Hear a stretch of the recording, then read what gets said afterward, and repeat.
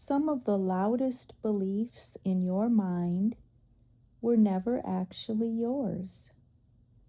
They were handed to you through repetition, authority, or childhood experiences until they felt like facts instead of opinions.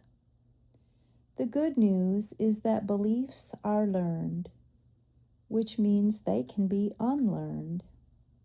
The moment you question an old story, you create space for a new one.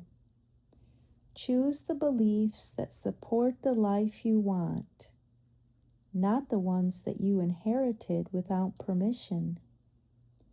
If you're ready to replace inherited limits with beliefs that actually serve you, the full process is waiting for you in an energy session with me, Diane Vanis, health kinesiologist with over 26 years in energy medicine. And this is the Mind Talk podcast, where we delve into the roots of dis-ease growing deep in the subconscious mind. Now back to our discussion about beliefs. A belief that runs your life today may have started as someone else's fear, judgment, or limitation. You heard it enough times, absorbed it early enough, and eventually began calling it your own truth. Many limits do not arrive as dramatic rules. They arrive as a comment. Over time, those types of comments become internal law. The strangest part is that once the voice is internal, you forget that it had a source. It stopped sounding like your parent, teacher, culture, or past environment.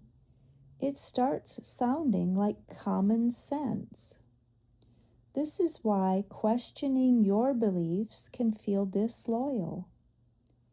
You may not only be challenging a thought, you may be challenging the emotional world you were trained inside. A useful practice is to write down one belief that feels limiting. Then ask yourself, who did this sound like before it sounded like me? That question creates distance. Distance creates choice. You do not have to blame the person that you got the belief from. Most people pass on the limits they themselves never questioned. The point is not blame. The point is freedom from instructions that you never consciously chose. Once you see the belief as borrowed, you can return it. That may have been true for them, but I am available for a wider truth now. That sentence does not attack the past. It simply stops letting the past define the future. Some inherited beliefs are so familiar that they feel like your personality. That is why they need to be questioned, gently but honestly. You are allowed to outgrow the limitations that once made sense to someone else. Not every voice in your head deserves permanent residence. Someone installed before you had the power to question them. You can respect where they came from without keeping them forever.